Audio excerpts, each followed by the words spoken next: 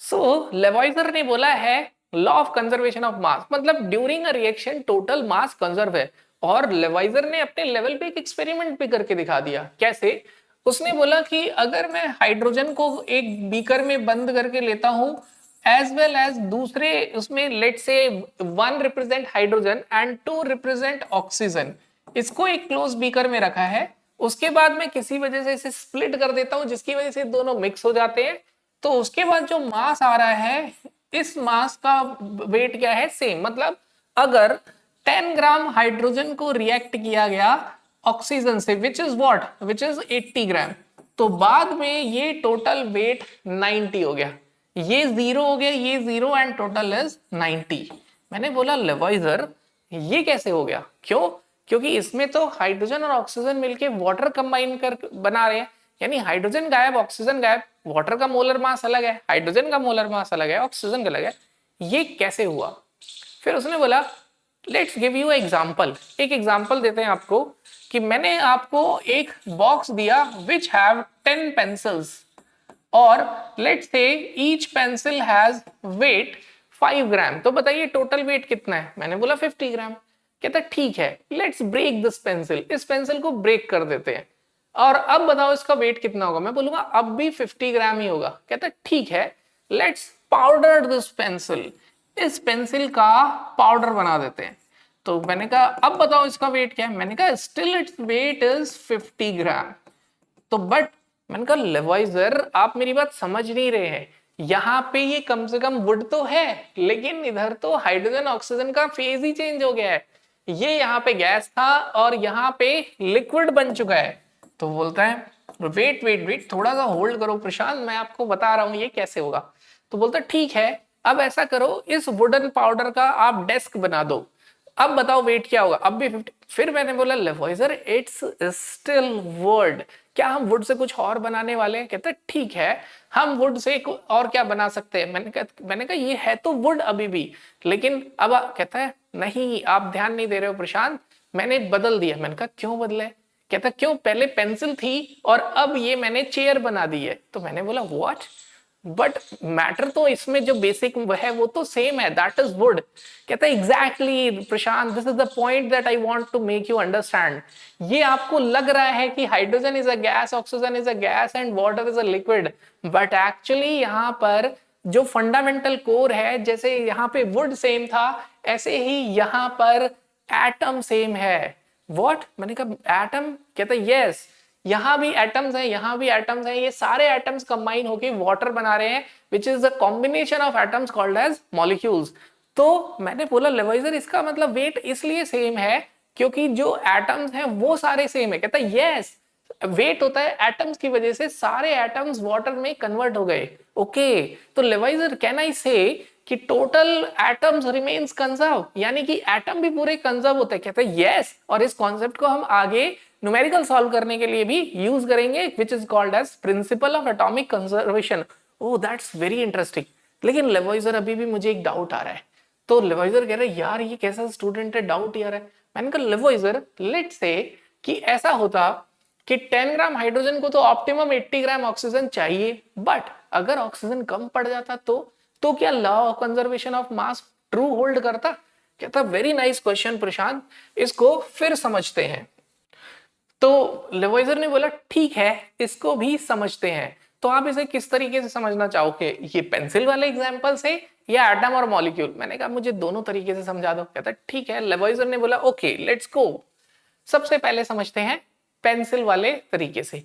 You have initially 10 pencils, 1 2 3 4 5 6 7 8 9 10, and initially मैंने क्या किया, इसको ब्रेक कर दिया एंड बहुत छोटे छोटे पीसेस में उन्हीं 10 पेंसिल्स के टुकड़े कर दिए। लेकिन वेट स्टिल सेम रहा क्योंकि वेट था पेंसिल के अंदर वुड का। जिसे प्रिसाइजली सोचा जाए तो ये भी एटम ही है। फिर उसके बाद मैंने क्या किया, इस पेंसिल से मैंने एक छोटी सी टेबल बना दी। ठीक है, अब क्या हुआ, पूरी पेंसिल को यूज करके टेबल बनाया तो वेट सेम रहा। इसका वेट भी 50 था और इसका वेट भी 50 था, और ये वेट भी क्या रहा 50। लेकिन अब लेवॉइजर कह रहे प्रशांत, अगर मैं 50 ग्राम में से टेबल सिर्फ 40 ग्राम की बनाता तो क्या वेट पूरा सेम रहता? ऑब्वियसली नहीं रहता। तो अब मैंने कहा फिर law of conservation of mass कैसे लग रहा है? कहते हैं अब law of conservation of mass, Lavoisier का कहना है कि अब ऐसे लगेगा प्रशांत कि यहाँ पे ये हो गया 50 ग्राम, 40 ग्राम बना है, लेकिन क्या इस बॉक्स के अंदर कितना वुड रह जाएगा? मैंने बोला 10 ग्राम। यस, अभी भी मास कंजर्व है, बिकॉज ये जो 50 ग्राम था ये इन दोनों के सम के इक्वल है। मतलब जो आपने प्रोडक्ट बनाई है टेबल वो, और जो थोड़ा सा रिएक्टेंट बच गया है वो, मतलब अगर कंप्लीट नहीं होता तो भी law of conservation of mass लगता है, बट उस केस में initial mass is equal to the total mass, product plus unreacted reactant. जब हम ये कहते हैं ना mass of product is equal to mass of reactant, उस टाइम पे हमारा ये मतलब होता है कि कंप्लीटली रिएक्टेंट रिएक्ट करके फिनिश हो चुके हैं। Oh, that's a very interesting point. अच्छा, अब इसे मैं केमिकल रिएक्शन से भी समझना चाहता हूं। कहते हैं let's take this very simple reaction. Hydrogen है और ये कंबाइन हो रहा है ऑक्सीजन से, और ये क्या बना रहा है? Water liquid. सो लेवॉइजर ने मेरे प्रशांत से बोला, प्रशांत क्या तुम बोल रहे हो यहाँ लॉ ऑफ कंजर्वेशन ऑफ मास क्यों लग रहा है? मैं हाँ मैं समझ रहा हूं, क्योंकि कोर है एटम, एटम कंजर्व है। ठीक है, let's do this another way. अगर यहां पर हमने रिएक्ट किया let's say 4 gram of hydrogen and we have let's say 30 gram of oxygen hair. अब हम देखते हैं 4 ग्राम ऑफ हाइड्रोजन को रिएक्ट करने के लिए एक्चुअल में कितना ऑक्सीजन चाहिए था? 32। तो let's make it simple Prashant, calculation easy रखते हैं। Let's take it as 40 gram. तो अब लेवॉइजर, प्रशांत टेल मी कि 4 gram of hydrogen will require how many gram of oxygen? मैंने कहा बैलेंस्ड केमिकल रिएक्शन में we can say 4 gram of hydrogen require 32 gram of oxygen. तो मतलब 40 में से 32 ग्राम ऑफ ऑक्सीजन रिएक्ट हो जाएगा, and how many grams of water it will form? तो 4 ग्राम से in a balance reaction 36 gram of water बनना चाहिए, तो we will get 36 gram of water. So what is the initial mass? तो initial mass is 40 plus 4, 44. Then अब उसके बाद लेवॉइजर ने फिर बोला अब आप यहां बताइए क्या हुआ? तो मैं बोलूंगा यहां पे हाइड्रोजन तो पूरा फिनिश हो गया है 0, और ये बच गया है 8 ग्राम, और ये हो गया है 36 ग्राम, एंड टोटल मास इज 44 ग्राम। अब मैं लेवॉइजर से बोल रहा हूँ, लेवॉइजर मुझे एक प्रॉब्लम आ रही है यहाँ पे।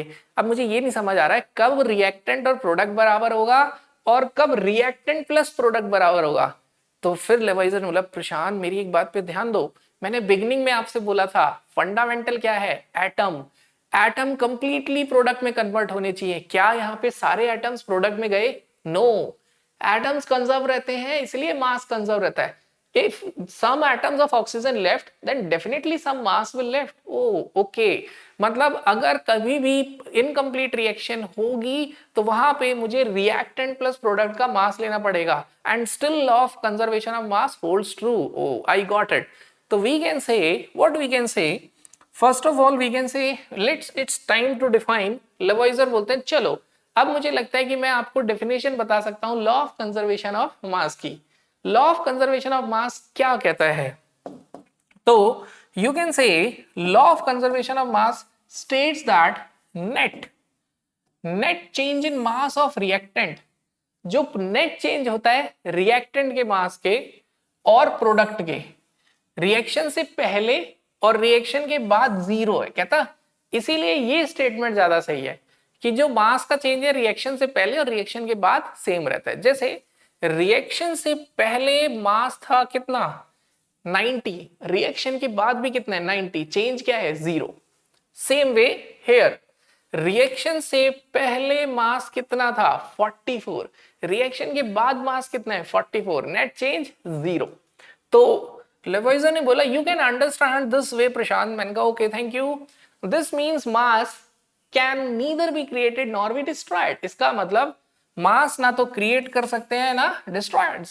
मतलब ये डेफिनेशन कहीं ना कहीं एटम्स के लिए भी थी। Atom can neither be created nor be destroyed but changes from one form to another, मतलब ये बात थोड़ी थोड़ी जाके किसको टच कर रही थी, डाल्टन को. We know that.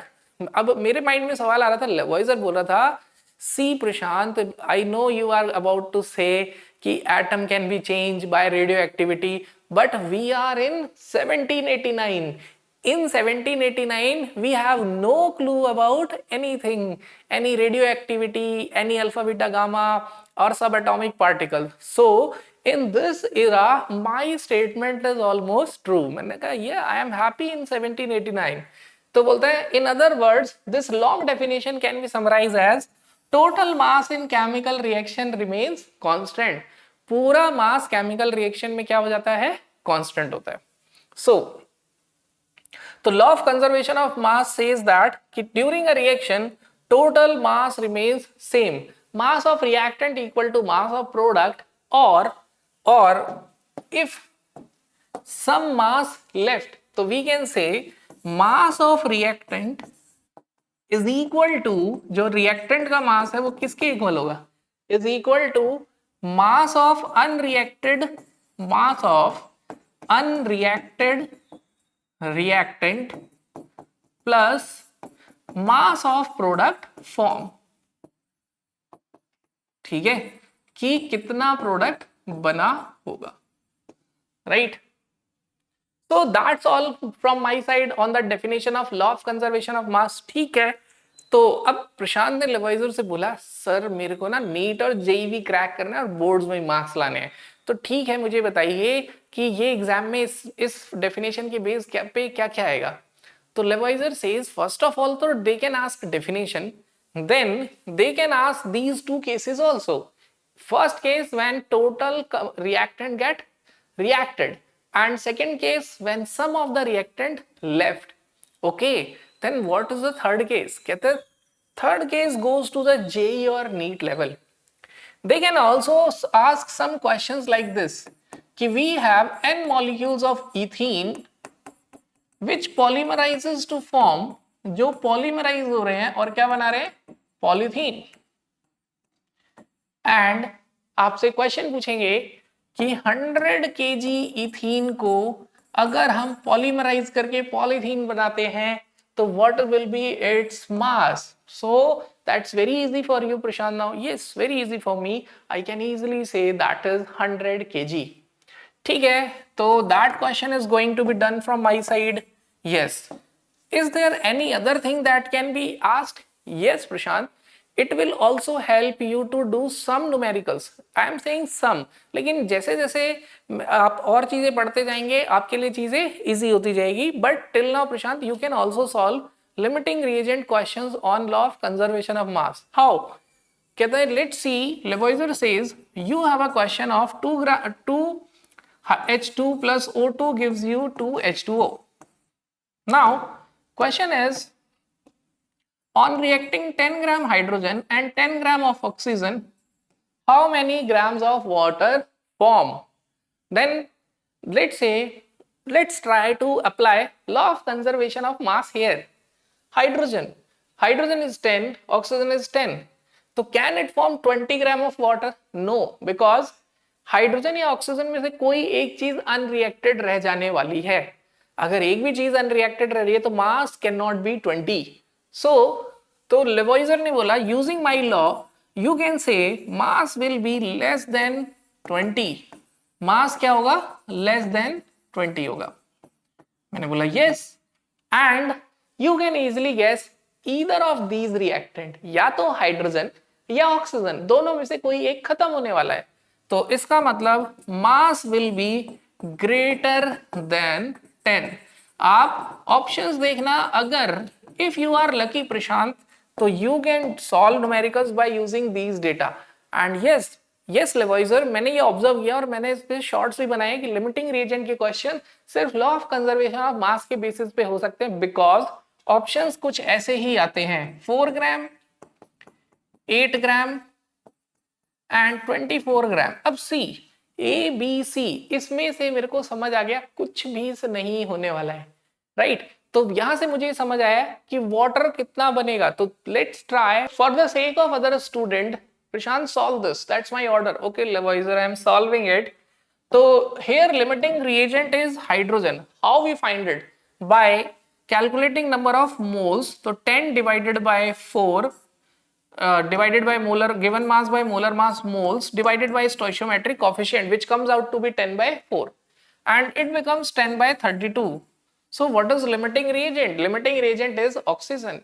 Now let's calculate number of moles of, अब हम कैलकुलेट करते हैं क्या नंबर ऑफ मोल्स. तो तरीका क्या है, all calculations are done on the basis of limiting reagent. तो number of moles of oxygen is equal to the number of moles of water by 2.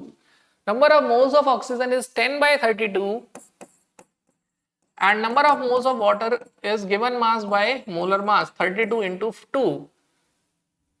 Water का मास होता है 18 into 2, 4 8 is 32 and it becomes 9, 90 by 8. See, this is clearly greater than 10.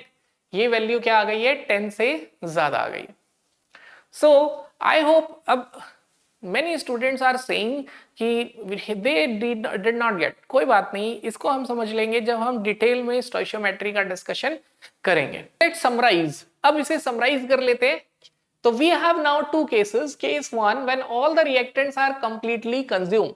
जब सारे reactant completely consume हो जाएंगे तो mass of reactant और mass of product क्या हो जाते हैं, बराबर. Second, जब सारे reactants completely consume नहीं होंगे. In this case, mass of reactant is equal to mass of product plus mass of unreactant reactant. तो यानी mass before reaction is equal to total mass after the reaction. तो reaction से पहले तो मास होगा product plus reactant का, बाद में प्रोडक्ट प्लस एक्सेस रिएक्टेंट का, जो रिएक्टेंट ज्यादा होगा. That's all about law of conservation of mass from my side.